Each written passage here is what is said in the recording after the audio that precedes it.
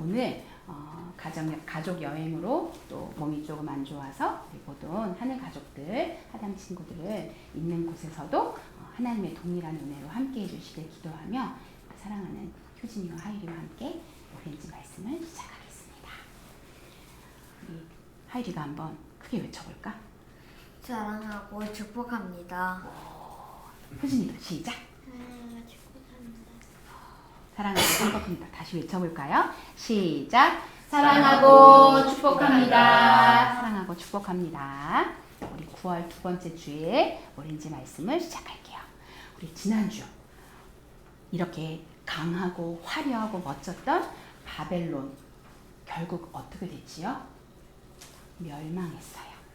하나님 앞에 쓰임 받았지만 교만하고 욕심 많은 이 바벨론은 그런 큰 강성이었던 강대국은 심판을 받았어요. 이 말씀을 통해 우리가 기억했던 메시지는 하나님은 온 세상의 심판자이세요 라는 말씀이었어요. 오늘 다시 이제 예레미야, 우리가 지금 계속해서 듣는 예레미야 선지자는요 40년 동안 4일도 아니고 4년도 아니고 40년 동안, 그러면 40년 아직 되려면 멀었지, 그치? 40년 동안 하나님의 말씀을 전한 선지자인데 이제 그 예레미야의 오늘 8번째 마지막 52장의 말씀으로 친구들과 함께 나누려고 해요. 그러기 전 우리 말씀을 이곳을 한번 보도록 하겠습니다. 자, 이곳은 어디냐면요 1889년 미국 펜실베니아 주에 있는, 따라해보자, 사우스 포크 댐이에요. 댐. 친구들, 댐이 어떤 일을 하는지 알아요? 이렇게 물이 지금 많이, 그렇지, 물을 막아서 어떻게 하지? 그치, 저장해. 그럼 그 저장해 놓은 물을 나중에 필요할 때. 그치, 어디에 필요할 때? 농사 또는 공업, 그런 산업에 필요한 물을 이 댐에서 적절하게 흘려보내면서 그런 게 이제 방류로라고 한대. 방류로, 또 방류관, 관제탑, 이런 그런 곳들이 이 안에, 방류로는 이제 물이 흘러가는 그런 길이고, 방류관도 그 물이 잘 수위를 조절해서 물이 흘러가도록 하는 그 파이프가 방류관이 되고, 그 다음 관제탑은 이제 물 수위가 얼만큼인지, 지금 모아놓은 물의 양이 얼만큼인지를 이제 체크하는 그런 헤드, 머리의 역할을 하는 그런 곳인데, 지금 이 사우스포크 이 댐은 삑삑삑삑 경고등이 켜졌어. 그 경고등은 뭐였냐면 방류로는 나뭇잎과 그런 철망 이런 것들로 막혀 있었어. 또 방류관도 한쪽이 망가졌는데 그걸 고치지 않았어. 관제탑도 중요한 전체를 통솔하는 그 관제탑도 얼마 전 불에 탔는데 그것이 잘 수리가 되지 않아 망가져 있는 그런 상태로 삑삑삑삑 경고등이 울리는 가운데 있었어. 어떻게 됐을까? 이 경고등을 무시하고 고치지 않고 수리하지 않고 다시 복구하지 않고 그냥 놓아둔 채로 있다가 어느 날 1889년 5월 31일에 엄청난 폭우가 왔대. 엄청난 폭우가 내려서 2천만 톤의 물이 바깥으로 흘러갔어. 그러니까 완전히 방류가 된 거지. 그러면서 어떤 일이 생기냐면 12m의 파도가 생겼대. 그 파도로 말미암아, 그 파도 때문에 댐 아래쪽에 있었던 약 22km에 있었던 존스타운이라는 마을이, 그 마을을 완전히 이 물이 덮쳐버려서 온 마을에 30채가 넘는 그 마을의 집들이 다 무너지고 2,200명의 사망자가 생긴 미국 최악의 댐 사고 중에 하나로 사우스포크 댐 붕괴 사고라는 그런 기사를 보게 됐어. 이 기사를 통해 우리가 기억해야 될 메시지가 있어. 따라해보자. 경고를 무시하면 안 돼. 경고를 무시하면 안 돼. 이 경고를 무시했다가 엄청난 사망자와 피 입은 그런 사고가 있었던 것처럼 경고를 무시하면 안 돼. 빨간 등이 켜졌을 때 삐용 삐용 삐용 빨간 등이 켜졌을 때 무시하면 안 되는데 어떻게 우리 하율이 지금 너무 피곤해. 잠깐 하율이 일어나 볼까? 이쪽 옆에 가서. 졸릴 때 잠깐 서 있는 것도 괜찮아, 하율아. 혼나는 게 아니고 조금 저 뒤쪽으로 이렇게 그 뒤쪽으로. 너를 혼내는 게 아니야, 하율 알지? 자, 경고를 무시하면 안 되라는 이 메시지를 우리가 기억해야 하는데 성경은 우리에게 경고를 말씀하실까? 성경도 경고의 말씀이야. 바로 경고란 그 경고의 두 가지 의미를 전도사님은 생각해 봤는데 하나는 구원. 예수님 믿어야 하나님의 자녀가 되는 것이 하나님 나라에 들어가는 하나님 자녀의 축복이라는 경고. 예수님을 우리가 바라보면서 두 번째, 그 예수님을 믿지 않고 그 하나님을 믿지 않을 때 우리는 결국 심판을 받는다는 경고. 2600년 전에도 그런 경고가 있었어. 바로 예레미야를 통한, 따라해보자. 예레미야를 통한 하나님의 경고, 심판의 경고. 예레미야는 아까 처음에 전사님 말했지. 몇 년 동안? 40년 동안 하나님의 말씀을 받아서 이스라엘 백성, 유다 백성들에게 하나님의 뜻을 전했어. 그건 바로 뭐냐면 하나님께서 바벨론을 통해 심판하실 거예요. 바벨론에게 항복하면 여러분은 삽니다. 하지만 바벨론에게 항복하지 않고 여러분 마음 뜻대로, 내 마음대로 내 뜻대로 살면 멸망합니다. 라는 그런 경고를 계속해서 40년 동안 전했어. 유다 백성 들었어, 안 들었어? 안 들었어. 바로 왕부터 왕, 귀족, 여기 보면 뭐라고 있냐면 왕이시여 유다가 위험합니다. 이런 예레미야의 말씀을 선포하는데 뭐라고 돼 있어? 정말 안 보이네요. 아무것도 안 들린다. 예레미야를 잡아라. 막 예레미야를 잡아라. 그러고 안 들려 아무것도 안 들려 막 이러고 진짜 주여 어떡하면 좋아. 당장 오게 가두어라 막 이러고 툭하면 온다니까. 사실 예레미야는 눈물의 선지자였거든. 정말 그 유다 백성을 향해 보면서 하나님의 말씀을 전하면서 너무 마음이 아파서 울면서 하나님의 말씀을 전했는데 왕, 귀족, 백성, 특히 또 백성들 모두가 다 귀를 막고 예레미야의 심판의 경고를 듣지 않았어. 듣지 않은 결과 어떻게 됐을까? 심판, 바로 AD 기원전 586년 바빌로니아에 의해 멸망한 유대 민족이야. 이거는 유다 민족이 포로로 끌려가는 그런 아주 참혹하고 비참한 그런 모습을 담은 그런 아주 유명한 그림이거든. 이렇게 유다 민족이 하나님의 선택받은 백성이었지만 하나님을 등지고 하나님을 저버렸을 때 그들은 결국 멸망의 심판을 받게 되었지. 우리 이 말씀을 통해 우리가 기억해야 될 메시지 따라해보자. 하나님의 심판의 경고를 무시하면 안 돼. 하나님의, 여기는 경고를, 하나님의 심판의 경고를 무시하면 안 돼. 하유야, 효진이 한번 크게 외쳐볼까? 시작. 하나님의 심판의 경고를 무시하면 안 돼.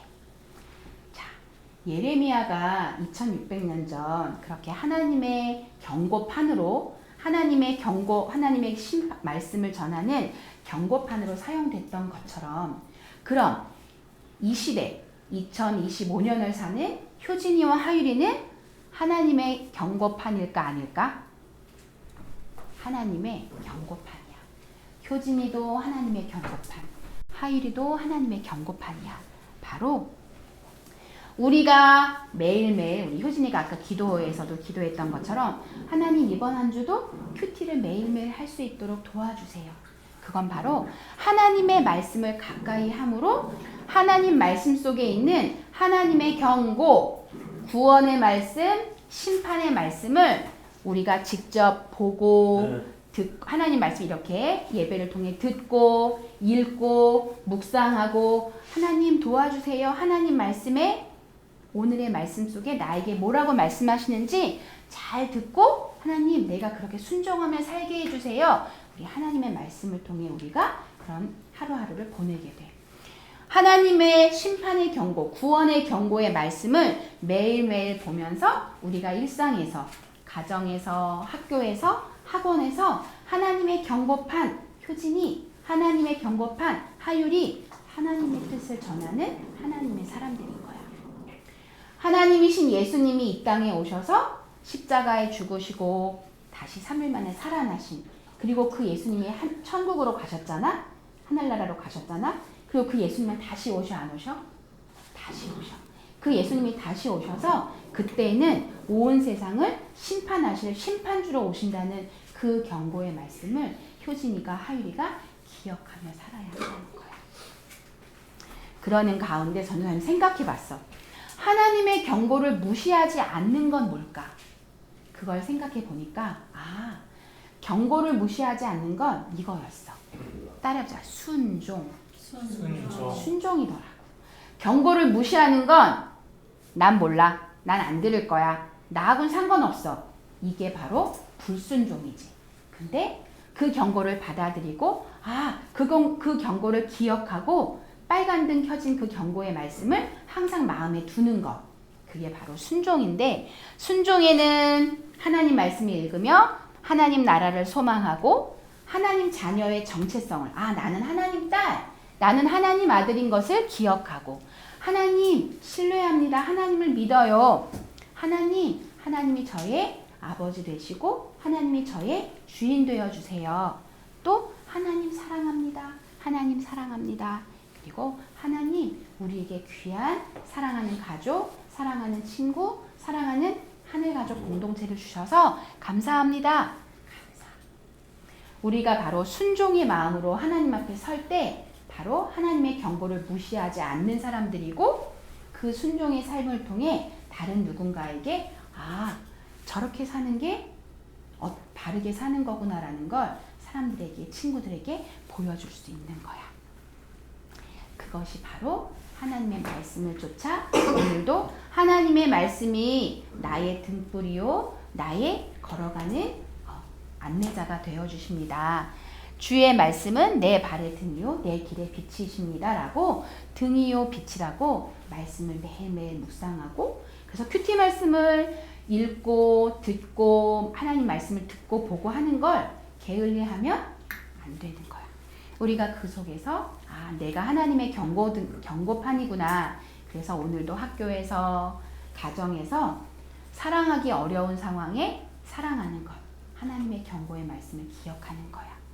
내가 친절하게 대하지 못하고 짜증내고 불평하는 순간 하나님의 경고를 기억해야 되는구나. 우리가 하나님의 경고판이라는 걸 기억하며 말씀에 순종하는 효진이와 하율이가 되기를 축복합니다. 같이 우리 오늘의 메시지를 같이 한번 크게 다시 외치면서 기도할게요. 하나님의 경고를 시작. 하나님의 경고를 무시하면 안 돼. 하나님의 경고를 무시하지 않고 순종하는 한 주가 되기를 축복합니다.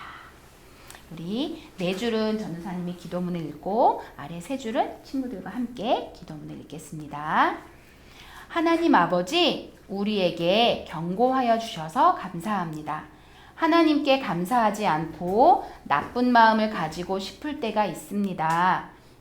이런 마음이 들 때가 하나님의 경고임을 잊지 않게 해주세요. 하나님 주신 소중한 하루하루를 감사하고 소중한 사람들과 소중한 일들을 믿음으로 지켜가도록 하나님 말씀에 순종하게 해주세요. 예수님의 이름으로 기도합니다. 아멘. 이번 한 주도 큐티 말씀 매일매일 묵상하며 내가 하나님의 경고판이구나. 하나님의 경고를 기억해야겠구나 생각하며 순종하는 한 주가 되기를 축복합니다. 우리 사무실로 들어가겠습니다. 예수님은 나의 왕, 예수님은 나의 왕, 살아계신 하나님 아들 내 마음에 모셔요. 어서서 오세요. 예수님, 살아계신 예수님 오세요. 여기 내 마음에 함께 계세요. 나의 왕.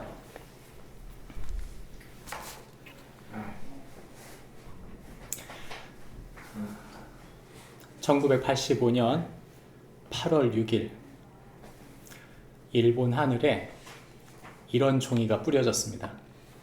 이 종이의 이름은 공습예보입니다.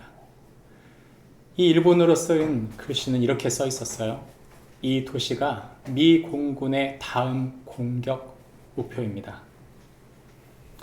사람들은 이 삐라, 흩뿌려졌던 이 쪽지를 들고 이걸 보고 웃었습니다.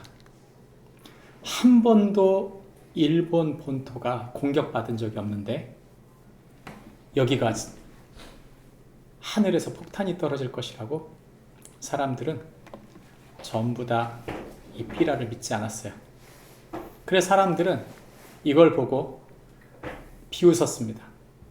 사실 이 삐라 뒤편에는 당시의 전쟁 정황이 사진과 함께 글로 적혀져 있었는데 베를린에서 독일군이 패하고 베를린이 함락됐다는 소식을, 그리고 전세가 독일에게 굉장히 불리하게 진행되고 있다는 사실을 알려주는 사진과 문구들이 있었던 것이죠.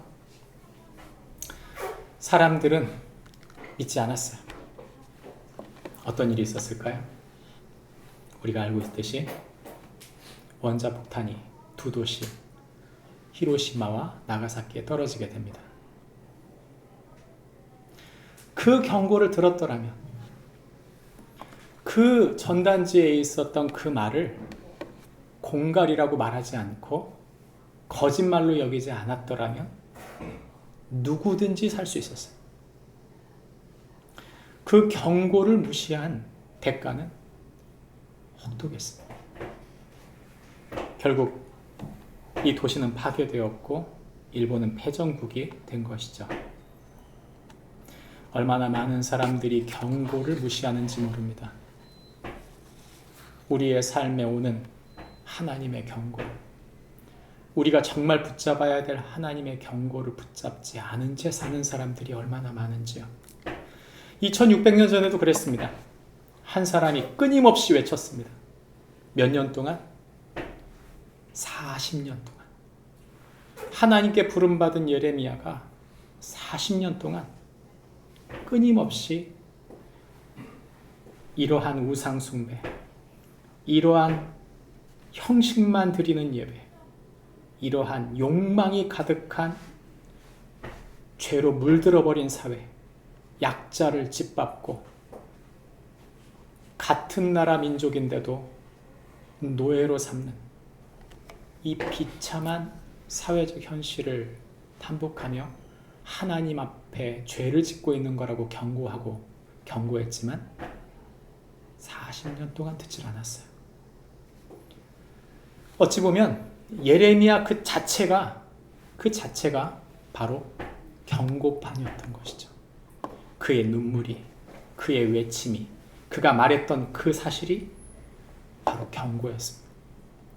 목사님, 어쩌다 많은 설교 중에 한 번 맞췄겠죠. 전혀 그렇지 않아요.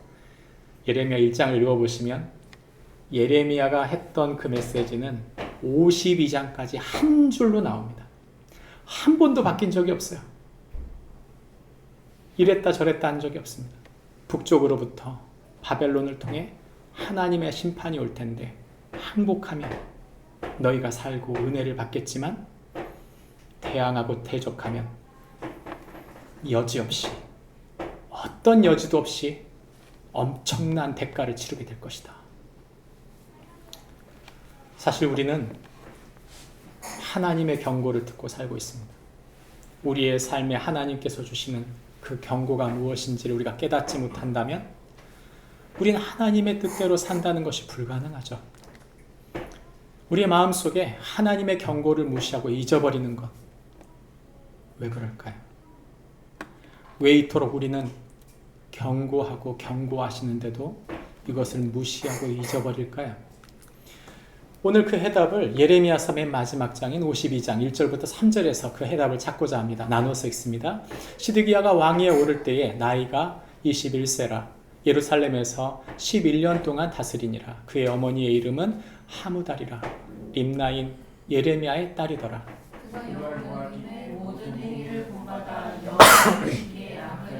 함께 읽습니다.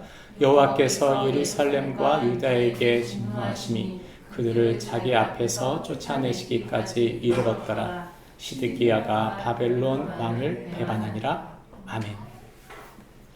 우리가 읽은 이 성경 본문은 52장 1절부터 3절이지만 사실은 마지막 절인 30절 넘어까지에 있는 본문 전체를 정리해보면 이런 해답을 우리에게 줍니다. 같이 읽어볼까요? 시작. 성도는 악함으로 하나님을 떠나 행하는 자에게 하나님의 심판이 있음을 믿는 자이다. 성도는 악함으로 하나님을 떠나 행하는 자에게 하나님의 심판이 있음을 믿는 자이다. 제가 오타가 나왔는데 이사야가 아니고 예레미야입니다. 예레미야서의 핵심 단어는 유다의 심판입니다. 우리가 잘 알고 있듯이 다윗은 유다의 후손이죠.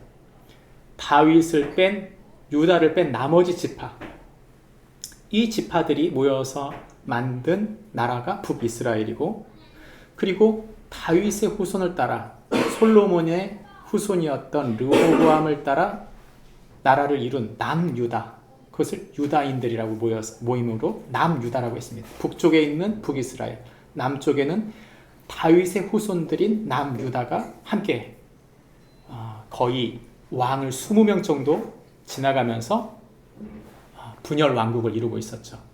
그러나 300년이 지나고 난 다음 그 수많은 왕들이 지나가고 난 다음 결국 북이스라엘은 아수르에게 멸망해버리고 남유다는 100년 정도를 버티긴 했지만 결국 마지막 왕인 19대 왕인 여호야긴, 20대 왕인 시드기야를 마지막으로 남유다도 멸망해버립니다. 바벨론에게. 우리가 잘 알고 있듯이 예레미야는 바로 이 마지막 세대였던 여호야긴과 시드기야 시대에 살았던 선지자죠. 이 남유다가 멸망 전에 선포했고, 멸망을 경험했고, 멸망을 경험하고 난 다음에 어떤 일이 벌어졌는지 함께 했었다는 사람이 바로 예레미야입니다. 전쟁이라고 하는 참혹한 현장을 경험한 사람이기에 그는 눈물을 흘리지 않을 수 없었던 거죠. 전쟁이 경험되기 전에도 그는 울었어요. 하나님을 잃어버린 사람들, 하나님을 잃어버리고 자기 멋대로 살던 그 사람들을 인하여 예레미야는 울었죠.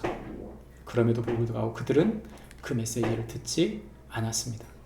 남유다가 거역한 것은 4가지입니다. 첫 번째, 하나님 말씀을 거역했어요. 시드기야는 하나님의 뜻을 저버리고 바벨론에게 대적한 것이죠. 사실 시드기야를 왕으로 세운 사람은 바벨론이었어요. 섭정으로 세운 거죠.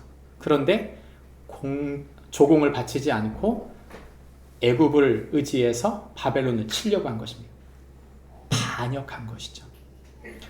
두 번째, 그는 바벨론을 향한 반란을 일으킨 것입니다. 그는 의도적인 것이었어요. 세 번째, 그는 유다의 멸망의 원인이었습니다. 그들은 또 그 왕은 하나님이 이렇게 되면 유다가 멸망할 것이다라고 말했음에도 불구하고 그들은 그 말을 듣지 않았어요. 마지막 4번째, 하나님 보내신 경고판인 바로 예레미야의 말을 듣지 않은 것입니다.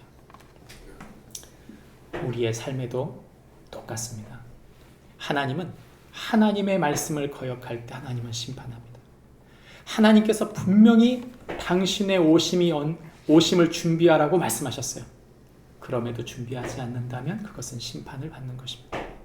우리가 우리 힘과 우리 지혜로 이 나라, 내 가족, 내 자녀, 나의 삶을 세우려고 한다면 그것이 바로 멸망의 원인이라고 말합니다. 마지막, 하나님의 사람들. 말씀에 붙잡혔던 하나님의 사람들이 말씀을 전함에도 듣지 않으면 그것이 바로 멸망의 원인이 되는 것입니다. 오늘 우리가 나눌 이 말씀은 예레미야서 맨 마지막 장입니다.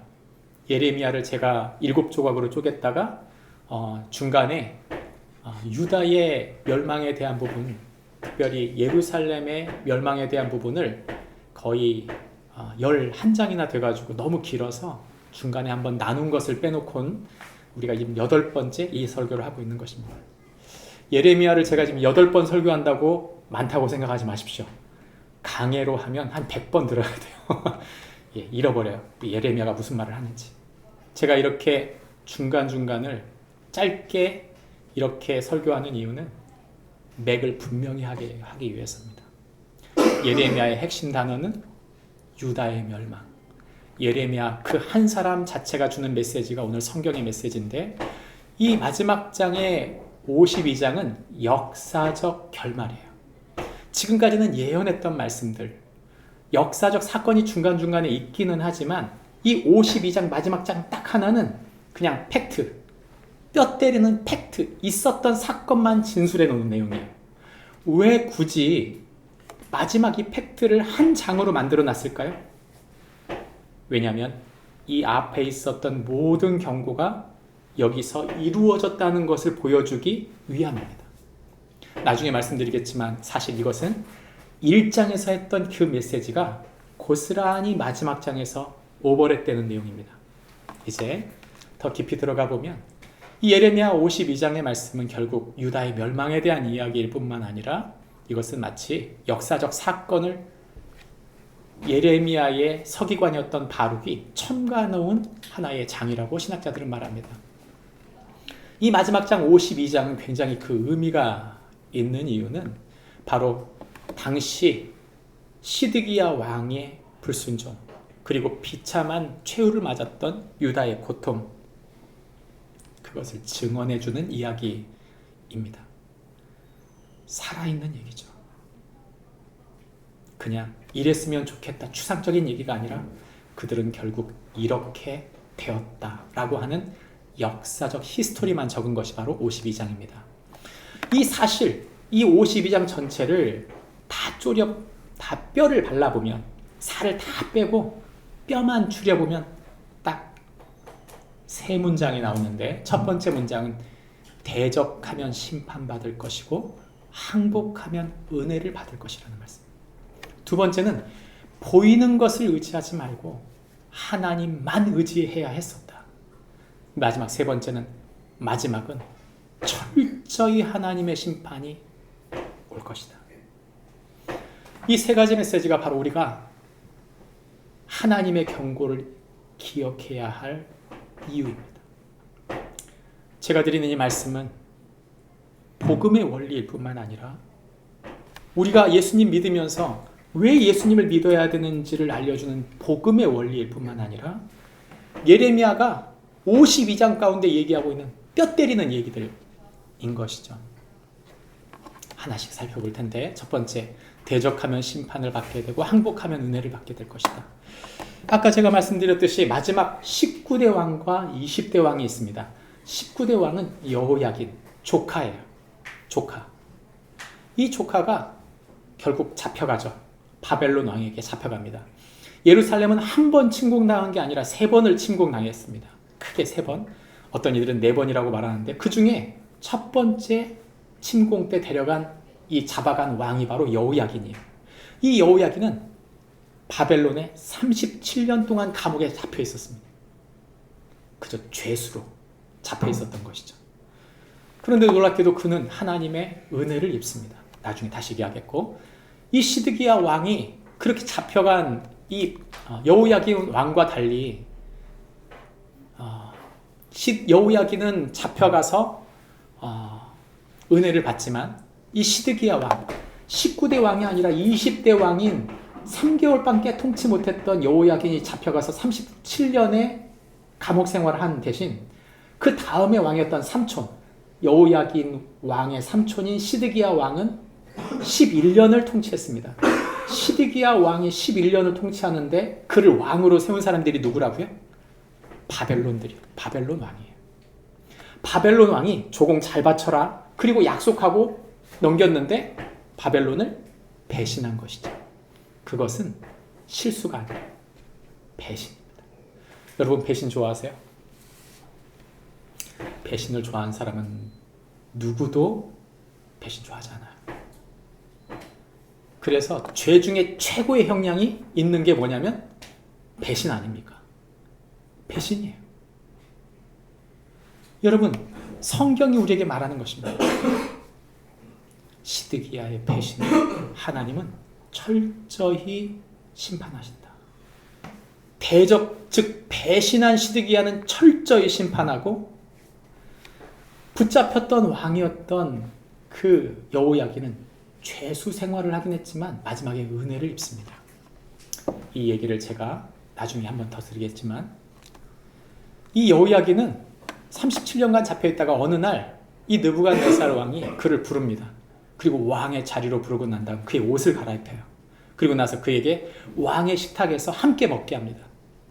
다른 왕들 그를 왕의 옷으로 갈아입히고 난 다음 다른 왕들보다 높은 자리에 앉혀서 날마다 그의 쓸 것을 죽을 때까지 그에게 공급하면서 마치 왕의 친구처럼 그 느부갓네살 왕 옆에서 죽을 때까지 살았다. 이것이 성경에 오늘 우리가 읽은 이 맨 마지막 부분에 나오는 이야기예요. 희한하죠? 희한해요. 성경은 우리에게 두 가지를 얘기하고 싶어 하는 것입니다. 대적하면 심판받을 것이지만 항복하면 은혜를 받을 것이다. 우리가 믿는 복음이 그거 아닌가요? 우리 마음속에는 내가 왕 되고 싶은 마음이 있어요. 그래서 나의 시간, 나의 공간, 나의 물질, 나의 자녀, 나의 일 그것을 다 내 것이라고 생각하고 싶어하는 마음이 있습니다. 그것은 불신자만이 아니에요. 모든 믿는 사람에게 다 있는 것입니다. 뭐가 위험할까요? 처음에 넘어지는 건 위험하지 않아요. 처음에 예수님 믿다가 넘어지는 건 그렇게 위험하지 않아요. 뭐가 위험하냐면 끝까지 배신하지 않고 그분 앞에 끝까지 항복하는 삶을 사는 게 어려운 거예요. 한국 사회의 위기는 못 배운 사람들의 위기가 아니에요. 한국 사회의 위기는 노동자들이 일하지 않아서 위기가 생긴 게 아닙니다. 가장 높은 데 있는 사람들, 국민을 섬겨야 할 그 사람들, 국민을 진정 돌보고 사랑해야 될 그 사람들, 국민의 안전과 국민의 번영을 위해 살아야 될 그 사람들이 국민을 위해 살지 않는 배반, 배신 때문에 힘든 거 아닙니까? 우리도 마찬가지예요. 우리의 믿음이라는 것이 믿은 지 얼마 안 됐을 때 어려워지는 게 문제가 아닙니다. 오래도록 믿은 사람들이 문제예요. 신앙이 예수님께서 분명히 경고하셨어요. 처음 된 자가 나중되고 나중된 자가 먼저 되는 것, 이것을 경고하신 이유는 처음 믿은 믿음을 끝까지 붙잡는 것이 얼마나 힘든지를 얘기해 주는 거예요. 희한하죠? 여러분 처음에는 성경 한두 번 읽어도 은혜 받아요. 맞죠? 근데 시간이 지나면 한두 장 읽은 것 같고 은혜가 잘 안 될 때가 많아요. 장수가 늘어나야 돼요. 묵상이 깊어져야 돼요. 시간을 더 깊이 내 의지를 꺾어서 하나님께 더 가까이 나가지 않으면 내가 은혜 받기 힘들어요. 왜냐하면 성숙이 그런 거예요. 성숙이. 하나님을 닮아간다는 게 바로 그런 겁니다. 시간이 지날수록 그분을 더 의지하는 것, 더 사랑하는 것이 성숙이지, 나는 내 평생토록 성경 하루에 한 장씩만 읽고 충분히 신앙생활 할 수 있다, 그런 거 착각이에요. 절대 그렇지 못합니다. 그 마치 결혼 생활하면서 내가 당신하고 결혼할 때 약속하지. 하루에 한 번 내가 꼭 당신 볼에 입 맞춰줄게. 여러분, 그렇다고 해서 사랑이 계속 유지됩니까? 절대 그렇지 않아요. 인격적인 관계는 그런 기계적인 습관에서 오는 게 아닙니다. 더 깊어져야 됩니다. 더 깊이 알아야 되는 것이죠.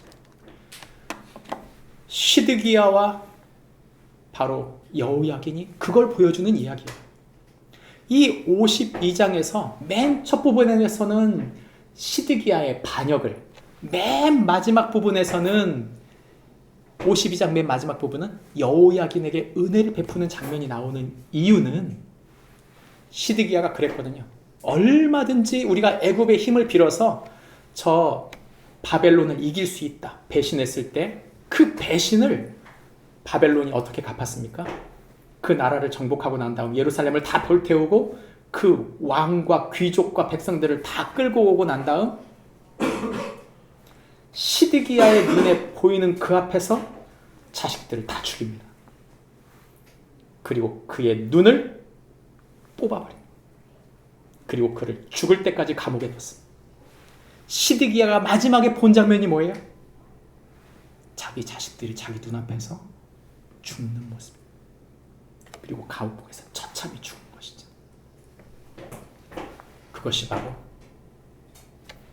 하나님의 시드기야에게 보여주는 심판입니다. 반면 37년이나 감옥 생활을 했지만 참 희한하죠. 여러분 37년을 감옥 생활했다는 건요. 20대 때 끌려갔으니까 사실은 인생의 반절 넘게 감옥 생활을 한 거예요. 옛날 감옥이 요즘 우리 감옥 아니잖아요. 어찌 보면 죽을 똥 살똥 살았을 거예요. 그의 삶이 어땠을 거예요. 그 칠흑 같은 감옥에서 햇빛도 못 보는 그 감옥에서 왕이라는 사람이 37년을 근근히 하루하루 버텨낸 것입니다. 그냥 산 거예요. 그냥 살았을 뿐이지 사는 게 아닌 삶이에요. 근데 놀랍게도 어느 날 갑자기 왕이 부르시는 것이죠. 그래서 그의 깨끗하게 샤워시키고 그에게 예전에 왕의 옷을 입히고 잡혀왔던 여러 왕들 중에 제일 높은 곳에 자리를 앉히면서 자기 식탁에 식사할 때마다 그 자리에 앉혀서 대화의 상대가 되게 한 것입니다. 이게 무슨 조화입니까?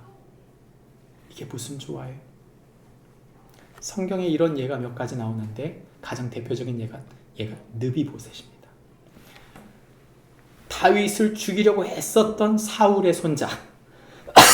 놀랍게도 다윗은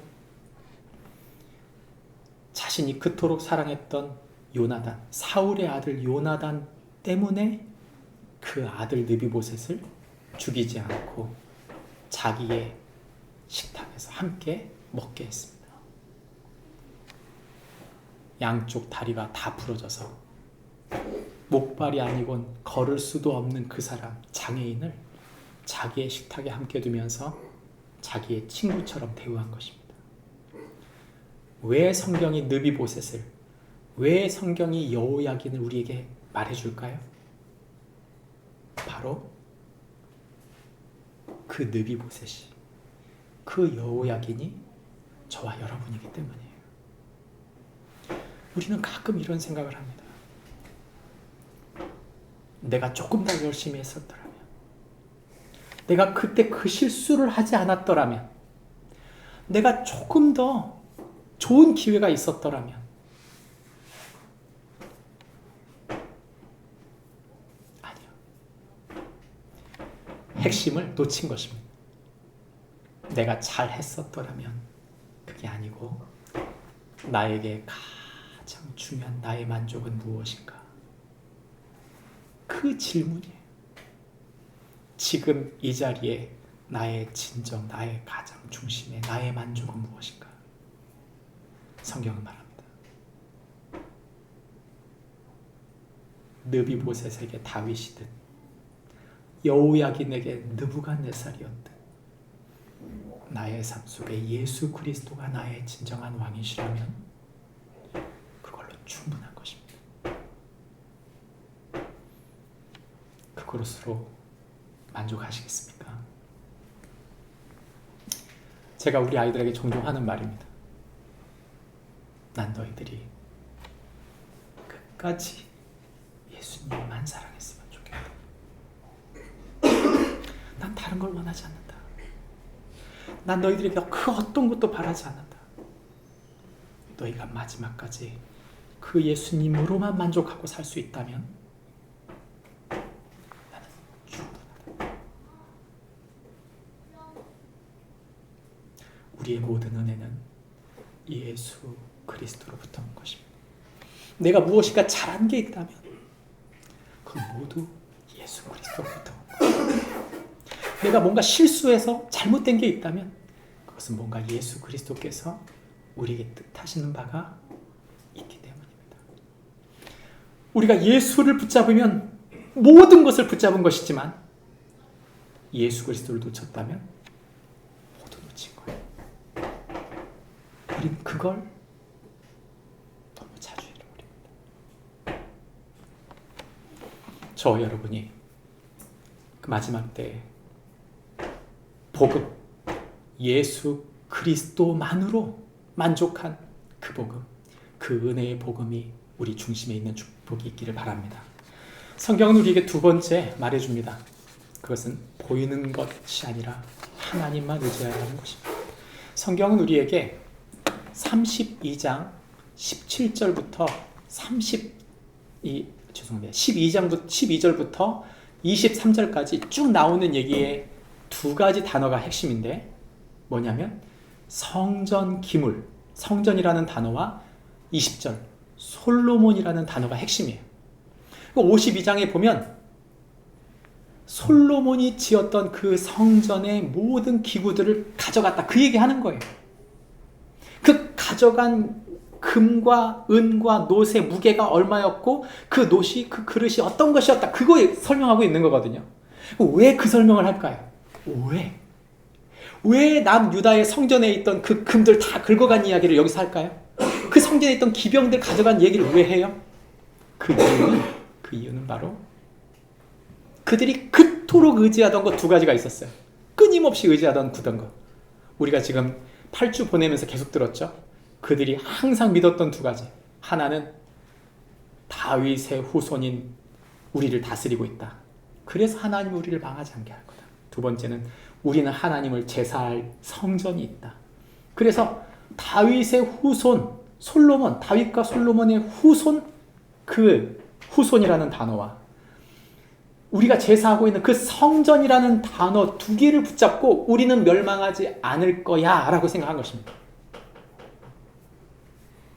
눈에 보이는 그 두 가지가 자신들을 멸망하지 않게 할 것이라고 믿은 것이죠. 전 놀랍게도 역설적으로 제가 말씀드렸지만 똑같아요. 지금 이 시대에 우리가 만약에 눈에 보이는 건물, 눈에 보이는 조직, 눈에 보이는 사람들 의지해서 예수 믿고 있다면 우린 보통 그걸 교회라고 하죠. 틀린 것입니다.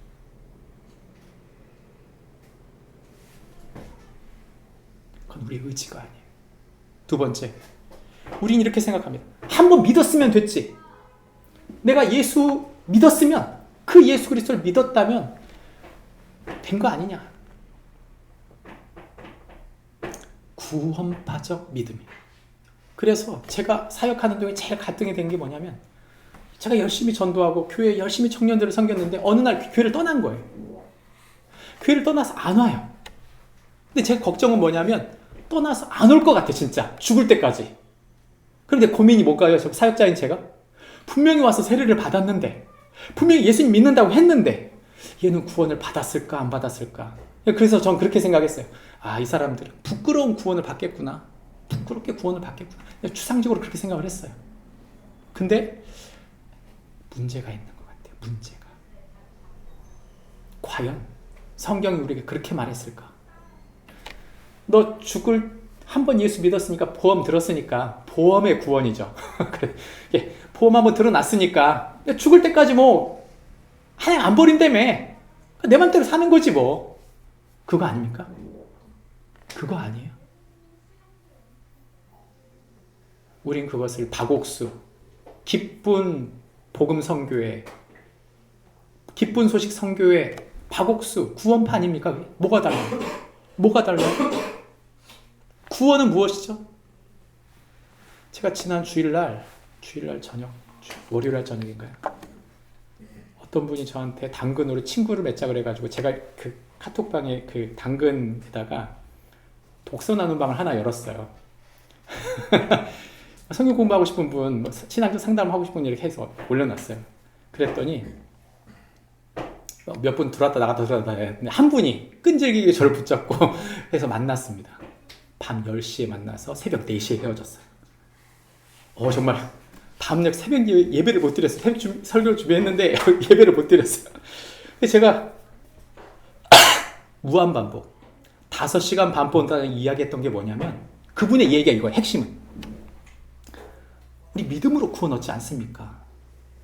믿음으로 구원을 얻었는데 거기에 행위를 붙이는 것 자체는 잘못된 겁니다. 잘못된 겁니다.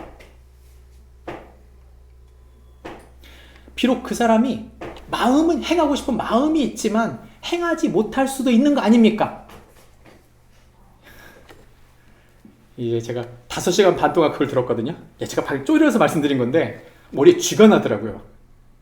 설명을 제가 했을까요? 안 했을까요?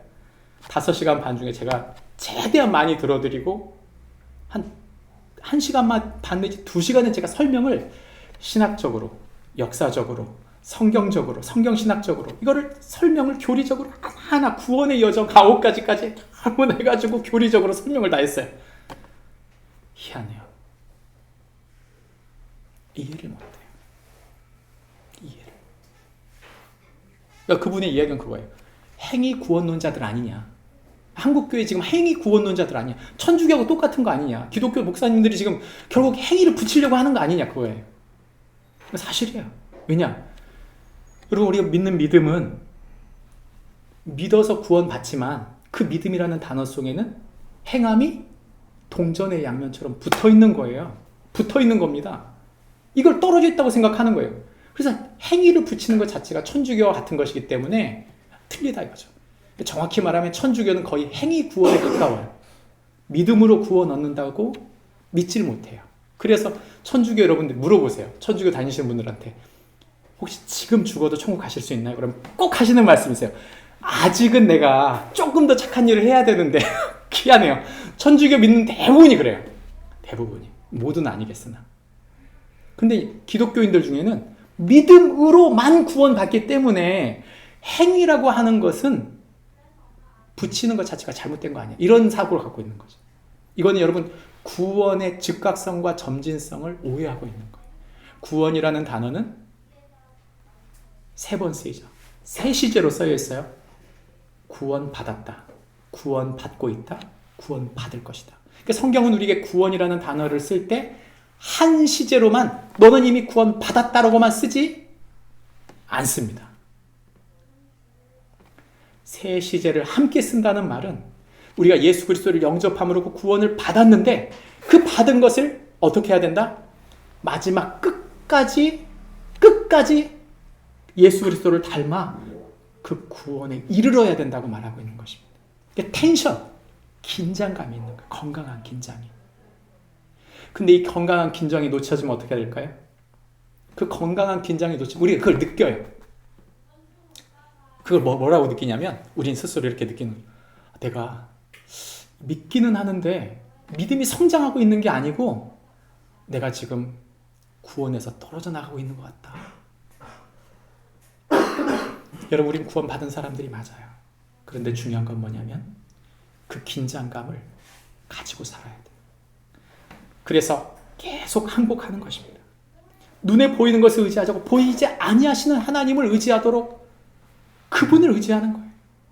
성경에 보면 이 예레미야 52장 말씀 가운데 보면 다 잡혀갔어요. 다 잡혀갔는데 안 잡혀간 사람들이 딱 한 부류 있습니다. 성경은 그 사람들을 뭐라고 표현하냐면 가난한 백성들은 남았다 이렇게 말해요. 아무것도 없는 거예요. 직분도 없고 땅도 자기 땅이 아니고 그냥 거기서 그냥 아무것도 없던 사람들이 그들만 남았어요. 예수님이 팔복에 뭐라고 말씀하셨죠? 심령이 가난한 자는 복이 있나니 천국이 저희의 것이다.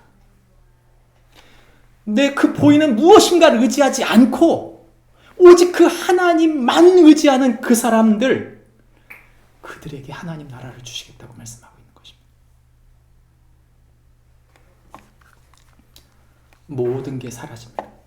성전의 모든 게 뜯겨나가고 다윗의 왕족들이 다 잡혀갔어요. 누구만 남습니까? 마음이 가난한 사람들, 오직 하나님만 바라봤던 사람들, 그분만이 내 소망이었던 사람들, 그들만 남은 거예요. 여러분, 우리가 지금 힘들고 어려울 수 있습니다. 얼마든지 그럴 수 있어요. 근데 여러분 잘 생각해 보세요.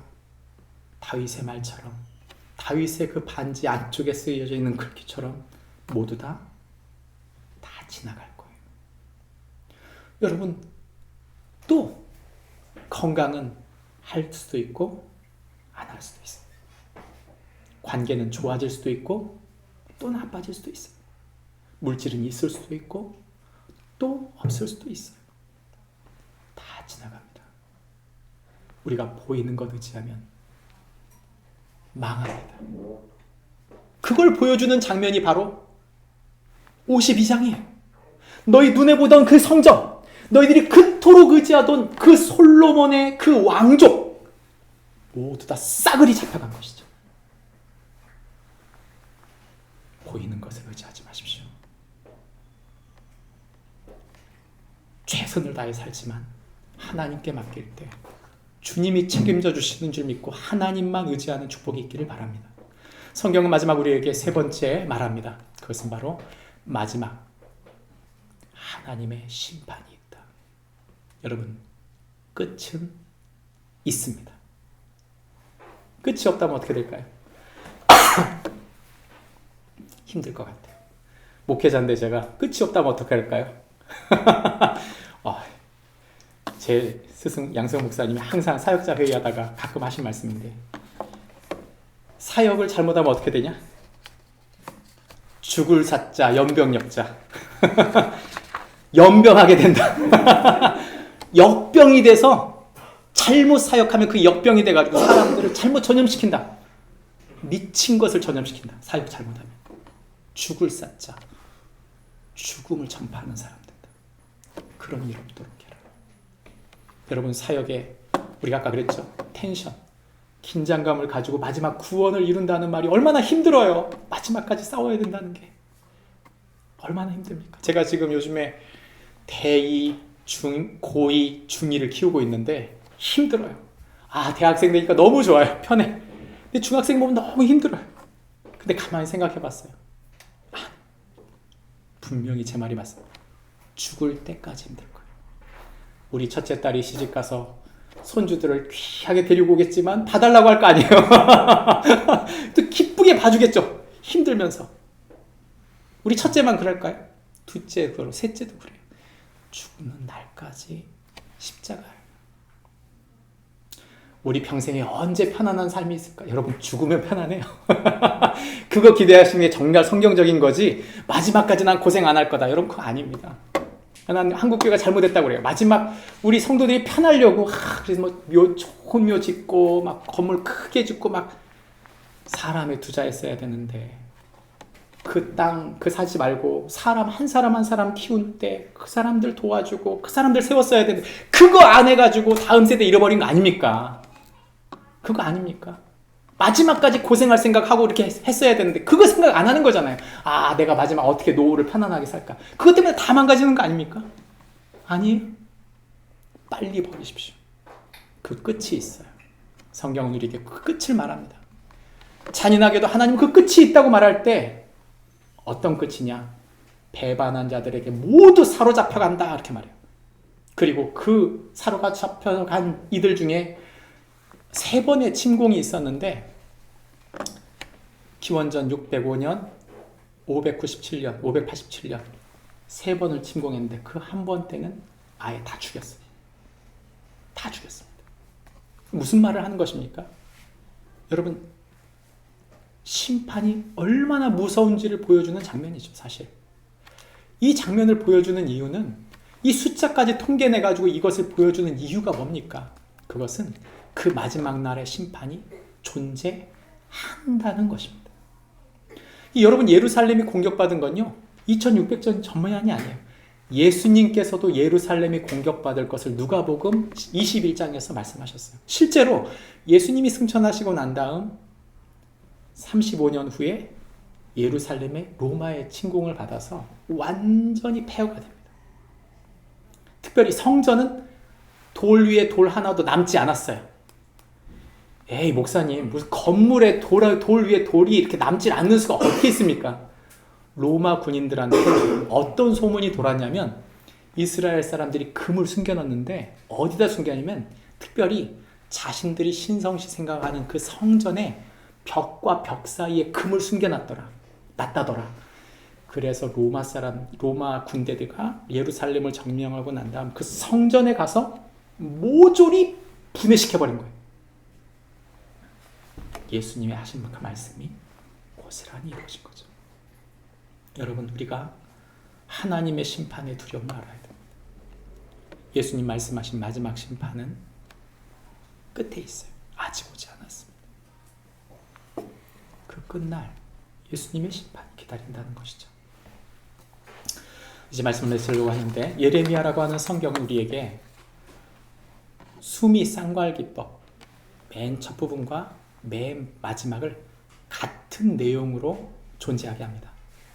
우리가 지금 52장을 살펴봤잖아요. 역사적 사건이었어요. 다시 처음으로 돌아와서 예레미야 1장에 가보면 1장 1절부터 9절까지는 예레미야를 부르신 장면. 근데 10절부터 보시면 예레미야가 말씀합니다. 내가 오늘 너를 여러 나라와 여러 왕국 위에 세워 네가 그것들을 뽑고 파괴하고 파멸하고 넘어뜨리며 건설하고 심게 하였느니라. 다시 말하면 예레미야가 선포한 대로 무너질 거다.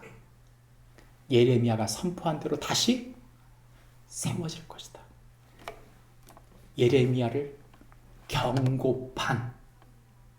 예레미야가 말한 대로 들은 사람은 살고 예레미야가 말한 대로 듣지 않은 사람은 모두 다 철저히 심판받을 거다.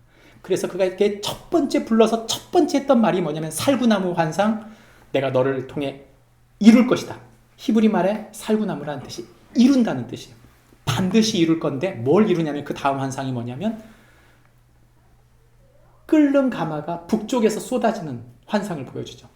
북쪽에 있는 바벨론 나라가 남유다만이 아니라 모든 열국을 심판할 것이라고 하는 환상입니다. 그것은 단순히 환상으로 보여준 것이 아니라 15절 말씀 보면 구체적으로 말씀하십니다. 내가 북방 왕국들의 모든 족속들을 부를 것인즉 그들이 와서 예루살렘 성문 어귀에 각각 자기를 정하고 그 사방 모든 성벽과 유다 모든 성읍들을 치리라.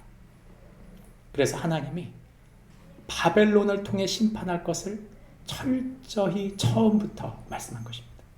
그의 메시지는 40년 동안 흔들린 적이 없어요. 이 말은 무슨 말입니까?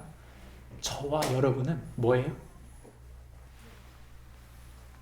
하나님이 세운 경고 표시. 예수 그리스도의 부활의 증인이라고 하는 말은 예수님만이 소망이라는 것을 보여주는 표지판일 뿐만 아니라 하나님이 반드시 심판을 이룬다고 하는 심판의 경고등이죠. 그래서 예레미야를 통해 하나님이 1장과 51장 1장은 예레미야가 받았던 메시지, 52장은 그 메시지의 성취입니다.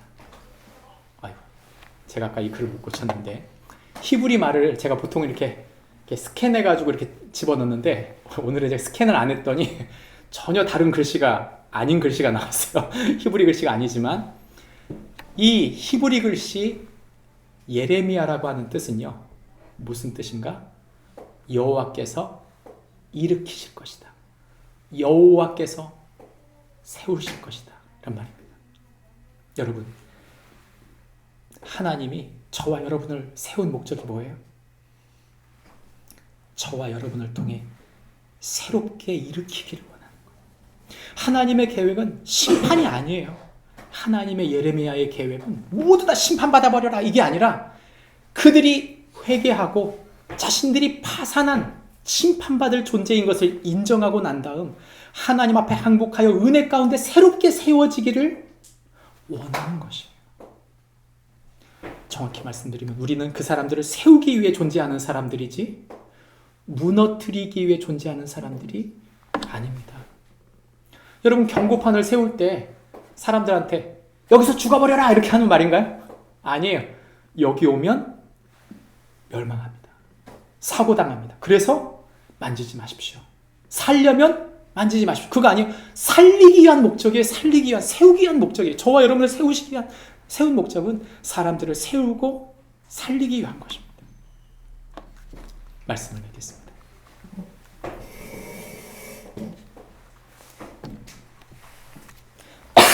저와 여러분이 생각할 때 저는 사실 예레미야가 정말 슬픈 사람이라고 생각합니다. 왜냐하면 그의 인생 전체가 너무 암울해요. 피하고 싶어요. 그런데 거꾸로 보면 제일 현실적입니다. 하나님은 우리의 진짜 믿음이 현실에 있기 뿌리 박혀 있길 바라지 잘 될 거야. 추상적인 개념에 우리의 믿음이 뿌리 박히기를 원치 않으세요. 우리의 믿음이 진짜 믿음인지 아닌지를 어디서 증명할 수 있을까요? 행복할 때는 모릅니다. 몸이 아파 보지 않고 관계가 어그러져 보지 않고 내가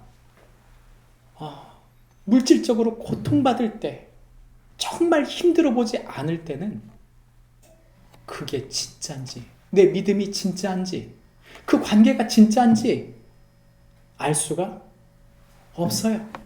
할 수가 없어요. 내 믿음이 진짜인지 아닌지는 가장 힘들 때 알 수 있는 것입니다. 하나님은 예레미야를 세워 우리에게 말씀하고 있는 것입니다. 왜냐? 그때 당시 예레미야의 말씀처럼 그 사람들이 섬기던 그 성전 안에 있던 수많은 사람들이 동상이모 하나님을 위해 예배한다고 왔지만 하나님 눈에서 눈물이 흐를 만큼 예배자를 찾아볼 수 없었기 때문입니다. 하나님 말씀을 가슴에 들고 눈물을 흘리는 사람이 없고 하나님의 눈으로 이 사회 우리의 본질적인 죄를 정확히 본 사람이 없었다는 뜻입니다. 예레미야에 했었던 예레미야 7장의 말씀을 예수님께서 600년이 지나고 난 다음 예루살렘 성전에 들어가서 똑같이 말씀하셨어요. 너희가 내 성전을 강도의 소굴로 만드는도다. 하나님과의 현실적인 관계로 내 삶에 하나님 원하시는 현실적인 삶을 살아야 할 너희가 하나님 앞에서는 좋은 얼굴 하지만 사람들 앞에서는 날선 얼굴로 서는 너희의 삶을 볼 때 그것은 진정한 믿음이 아니라고 말씀하신 것입니다. 우리의 현실은 어떻습니까? 저와 여러분의 현실 속에 주님이 이루고 싶어 하시는 하나님의 계획은 바로 복음입니다. 철저히 주님 앞에 항복하여 은혜를 얻고 하나님만 의지함으로 하나님의 심판을 당하지 않고 하나님 그분의 나라에서 영원토록 하늘의 은혜를 누리는 축복이 우리 모두에게 있기를 바랍니다. 기도하겠습니다. 우리 이 시간 말씀을 기억하시면서 우리 함께 기도했으면 좋겠습니다. 주님이 오늘 우리에게 말씀하시는 말씀은